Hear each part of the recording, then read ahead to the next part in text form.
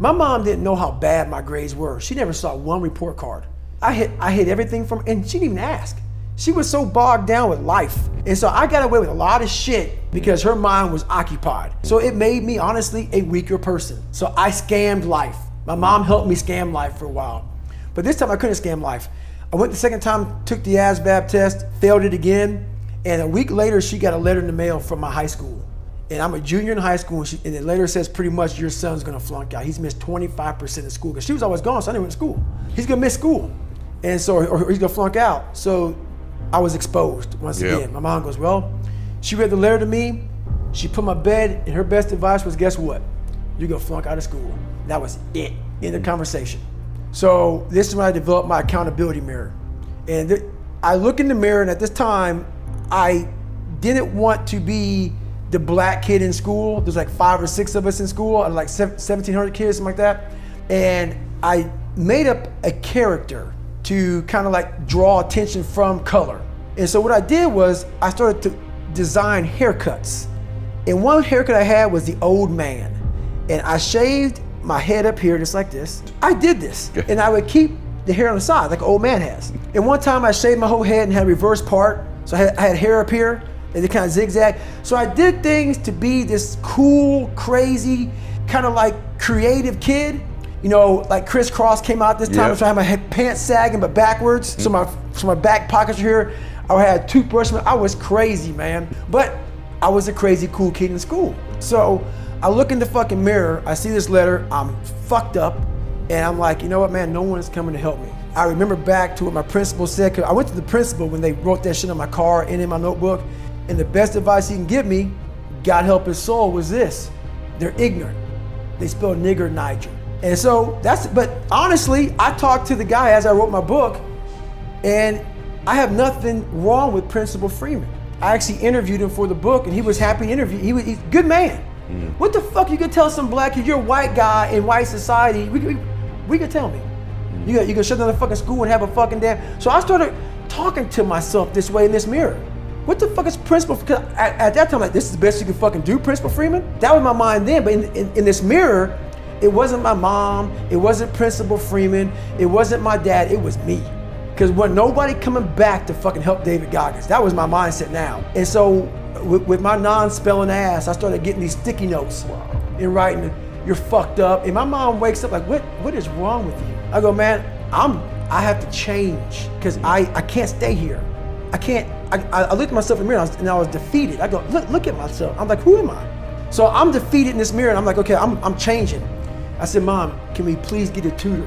So we can only afford $15 a week for a tutor. So I have 4 hours a month. Okay. 4 hours a month. I had a 4th grade reading level, man. 4 hours a month for 6 months. That's all I had. So this tutor did one thing for me, very big. But basically, she saw that I was slow, very slow, and couldn't retain shit. And I think she was joking. She goes, you're gonna have to write down everything 1,000 times for you to remember this. I took it as okay, roger that. So I literally went to the store and I bought these spiral notebooks.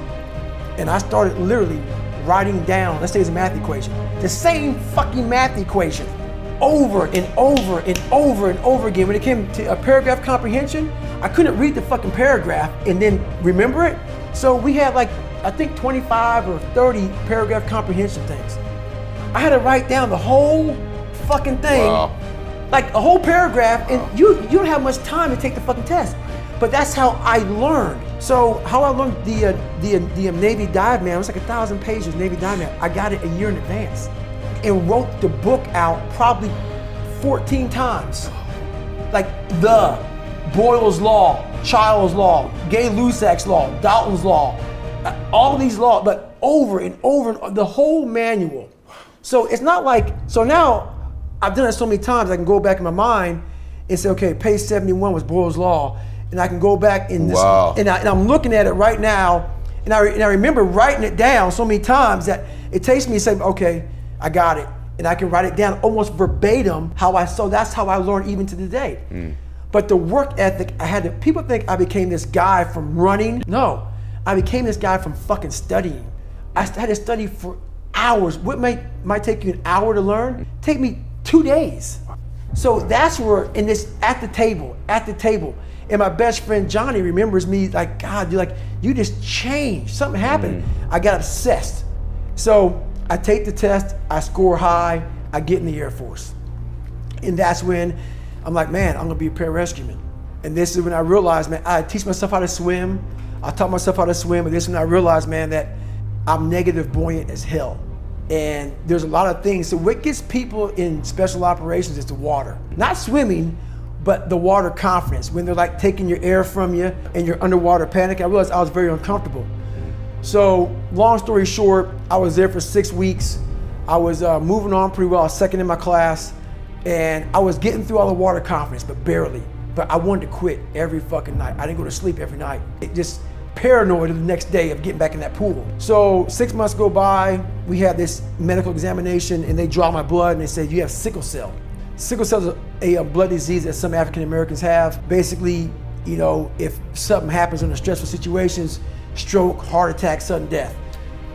This happened to a few African Americans in the military, so they pulled me from training saying, you can't do this job. And when you live a very stressed out life, like I was living, that's your norm.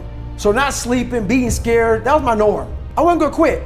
But when they pull you out of training, and now I'm fucking comfortable. So now I'm seeing my class of 24 guys, it was like 150, now it's 24 guys, and they're in the pool, and I'm on the side of the pool, I'm not in the water now, I'm seeing what I was doing. I'm seeing these guys struggling, panicking in the water, like wanting to quit. I'm like, fuck that, I'm not going. So now I'm comfortable.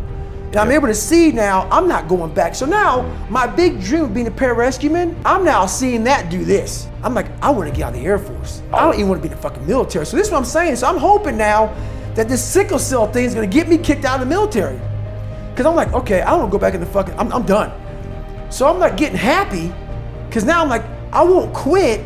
They're going to medically drop me from the course. This is great. I can keep my head up. I learned how to read, I learned how to write, I passed the ASVAB test, but I'm fixing everything on the surface. I'm not going into the fucking dungeon. So the doc calls up, I go back to the doctor's, I'm like skipping down there thinking, I'm getting out of here, man. Medically discharged. He goes, man, you know what?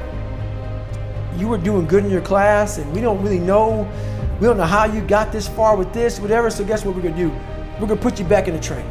I'm like, fuck. So, but I'm thinking now, I only have about a couple, 2.5 weeks left of training, because I missed a week and some change. I go, you know what, great, man.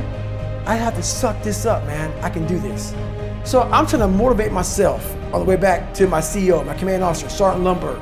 I get to Sergeant Lundberg looks at me and says, Goggins, man, that's great, you're back in the training. You gotta start from day one, because I'm at critical parts of training. I can't miss that many days. But I was a great liar. And I didn't want to look at a hardcore man and tell him that I just fucking quit. So I looked at him and said, hey, you know what, Sergeant, man, this sickle cell thing, man, the doc was talking about sudden death, stroke, heart attack. I didn't give up my sickle cell, but I didn't know anything about it. I knew I was struggling. I knew I had some health issues, but I just thought, because I was killing myself in what I was doing. And he said, you know what, you're right, man. I wouldn't want to do that either. So he gave me a medical out of pararescue. And he said, when we figure this out more, we'll have you come back. I wasn't ever going back. I'm like, I'm never getting back in the fucking water again, but I was able to leave on a medical. But I quit.